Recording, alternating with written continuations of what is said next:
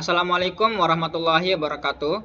Untuk mahasiswa kelas 3C kelompok 9, mohon disimak baik-baik video pengantar dari panduan pembuatan produk inovasi ini.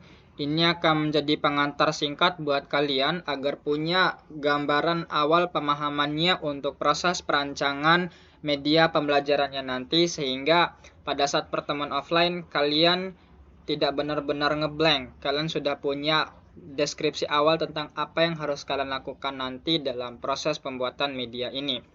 Dan seperti yang kalian ketahui, di kelas 3C ini semua mahasiswanya kakak kasih tipe TTS, yaitu teka-teki silang. Bedanya adalah di setiap kelompok topik per TTS-nya yang berbeda, sama website untuk membuat TTS itu juga beda-beda. Dan khusus untuk kelompok 9 ini, kalian membuatnya menggunakan website crosswordlabs.com. Harus pakai website ini ya, tidak boleh pakai website yang lain. Dan total soal yang kalian bikin itu minimal 20 soal. Kalau kalian pengen bikin soal yang lebih banyak lagi, itu akan jauh lebih baik lagi. Dan tidak usah khawatir harus 10 mendatar, harus 10 menurun. Kakak baru ingat kalau di website ini nanti websitenya sendiri akan mengatur berapa jumlah mendatar sama berapa jumlah menurun. Kalian cukup bikin aja 20 soal dan tidak harus dipikirkan mendatar dan menurunnya, itu secara otomatis akan diotomasi oleh websitenya nanti. Totalnya 20 intinya, dan setiap jawabannya itu dalam bentuk satu kata ya, karena ini TTS. Nah, kalau kalian pengen masuk ke websitenya, kalian tinggal klik aja di PDF itu yang warna kuning itu, tinggal diklik, maka itu akan mengarahkan kalian ke websitenya. Ini websitenya crosswordlabs.com. Dan mari kita masuk ke tujuan pembuatan TTS ini dulu. Awalnya kakak mikir TTS ini lebih bagus untuk siswa sebagai sasaran target kalian untuk mengerjakan TTS ini. Objek yang mengerjakannya adalah siswa, tapi setelah kakak pikir-pikir lagi, kayaknya ini lebih cocoknya untuk masyarakat umum. Jadi kalian membuat TTS kontennya matematika tetap dalam bidang ekonomi khususnya, agar masyarakat umum juga bisa teredukasi tentang bagaimana matematika itu bermanfaat dalam bidang ekonomi, dalam bidang bisnis, keuangan, investasi, dan hal-hal yang sejenisnya.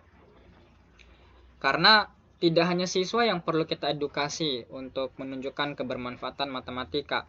Melalui soal-soal yang mengasah wawasan seperti ini, masyarakat juga ditantang untuk diuji pengetahuannya, wawasannya, keluasan ilmunya seputaran matematika di berbagai bidang yang berkaitan dengan ekonomi. Dan juga untuk menunjukkan bahwa matematika adalah ilmu yang tidak bisa berdiri sendiri. Matematika itu ternyata akan lebih terasa kebermanfaatannya apabila konsep-konsep itu diterapkan ke cabang ilmu pengetahuan yang lain.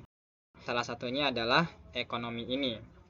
Sebagai salah satu bidang yang cukup banyak diaplikasikan berbagai konsep matematika seperti persen dalam berdagang, ada yang namanya potongan harga, kemudian investasi saat kita memperkirakan fluktuasi harga saham misalnya, kemudian dalam hal zakat karena itu juga berkaitan dengan ekonomi, dalam hal bunga, pinjaman, hutang, itu semua kan kaitannya sama matematika semua.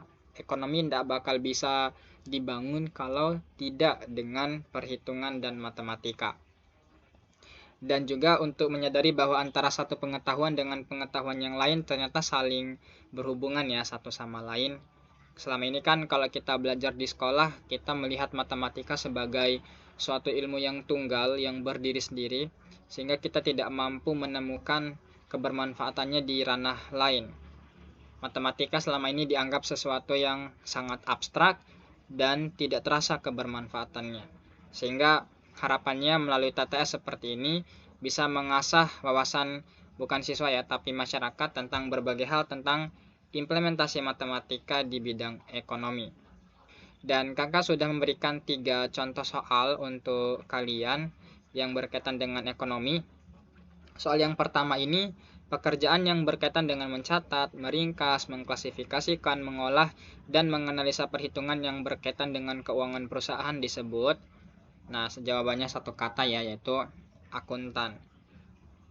Dan kita bisa bercerita banyak tentang bagaimana akuntan itu sangat memerlukan matematika dalam pekerjaannya. Dia pasti harus berhubungan dengan Microsoft Excel untuk bikin laporan, harus menghitung, bisa berdampak dalam keberlangsungan eksistensi perusahaan. Sepenting itu matematika untuk perhitungan bisnis. Kemudian ada juga soal tentang nilai mata uang, yaitu bentuk penyederhanaan angka yang tulis di mata uang tanpa mengurangi nilai intrinsiknya. Itu namanya redenominasi ya. Redenominasi itu misalnya mengubah Rp1.000 di mata uangnya itu menjadi Rp1, mengubah Rp5.000 menjadi Rp5, mengubah Rp10.000 menjadi Rp10. Secara angka itu berubah, tapi secara nilai Rp1.000 itu tetap setara bobotnya dengan Rp1.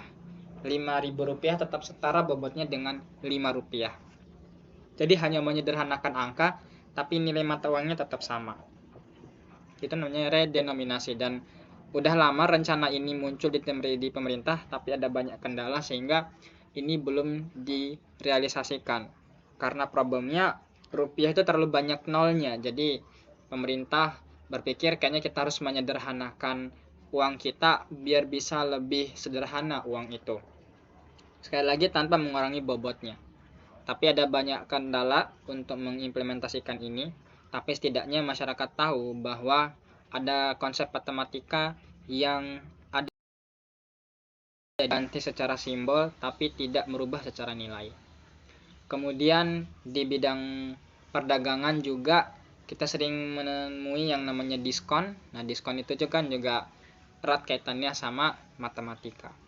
3 soal ini kakak berikan ke kalian sebagai gambaran kalian dalam membuat 20 soal lain. 3 ini tidak termasuk ya. 20 itu 20 soal lain selain 3 ini. Oke, sekarang kita masuk ke websitenya. Jadi seperti ini tampilan dari situs Crossword Labs. Di menu Crossword Puzzle Title ini kalian bisa menentukan judul dari TTS kalian. Misalnya TTS Serbi Matematika di bidang ekonomi. Oke, kalau kalian sudah buat soalnya 20 soal itu, maka kakak akan ajarkan di sini cara untuk menuliskan soalnya. Kalau kalian bingung, kalian bisa klik aja ini, need to see an example. Oke, maka akan muncul tampilan seperti ini. Sekarang kakak akan zoom agar kalian bisa jauh lebih jelas melihatnya.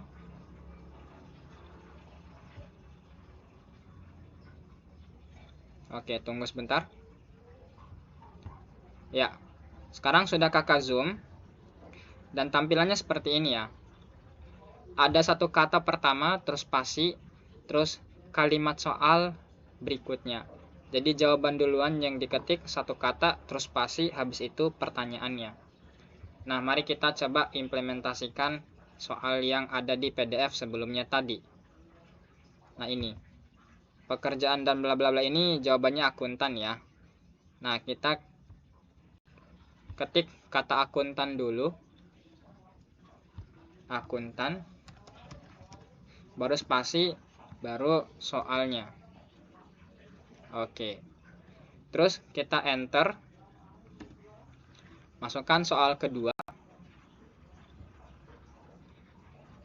Kata pertama itu akan terbaca sebagai jawabannya ya. Nah, ini tadi redenominasi. Redenominasi, kita spasi lalu soalnya. Oh ya, ini dihapus dulu. Lalu enter. Kita masuk ke soal ketiga. Nah, ini soal ketiga. kita coba copy, lalu masukkan kata diskon sebagai jawabannya. Diskon spasi tag. Oke, jadi cukup 3 soal ini dulu. Ya. Mari kita coba untuk nge-build.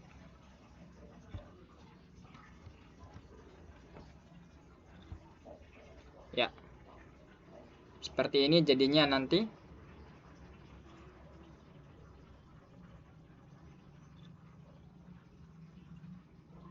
Benar kok jadi 4 soal ya. Oh, ini mungkin dianggap sebagai enter.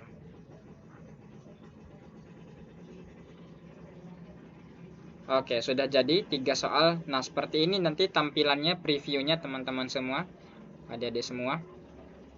Secara otomatis langsung dibikin. Across itu artinya mendatar, down itu artinya menurun ya. Ada 1 soal yang mendatar yaitu nomor 3, dan 2 soal secara menurun yaitu nomor 1 dan 2. Udah otomatis seperti itu. Kalian tinggal ketik saja di sini. Setiap kalian enter itu akan masuk ke soal baru. Kata pertama itu akan menjadi jawabannya yang terdeteksi. Kalau sudah seperti ini, kalian bisa save dan finish, dan ada tombol nanti untuk membuatnya dalam bentuk PDF. Kalau hanya sekedar PDF original, maka kalian pilih yang PDF. Tapi kalau kalian pengen mendesainnya lebih lanjut di CorelDRAW dengan ditambahkan aksen-aksen hiasan tertentu, maka kalian nanti menyimpan filenya dalam bentuk SVG. Nah, selengkapnya nanti akan kita pelajari ini di ruang lab nanti ya, atau ruang workshop, tempat kita untuk membangun TTS ini dalam bentuk cetak sebagai media pembelajaran teka-teki untuk masyarakat agar mereka bisa menambah wawasannya seputar serba-serbi matematika di bidang ekonomi. Sampai jumpa di pertemuan offline di lab, dan sekian dan terima kasih sudah menonton video ini.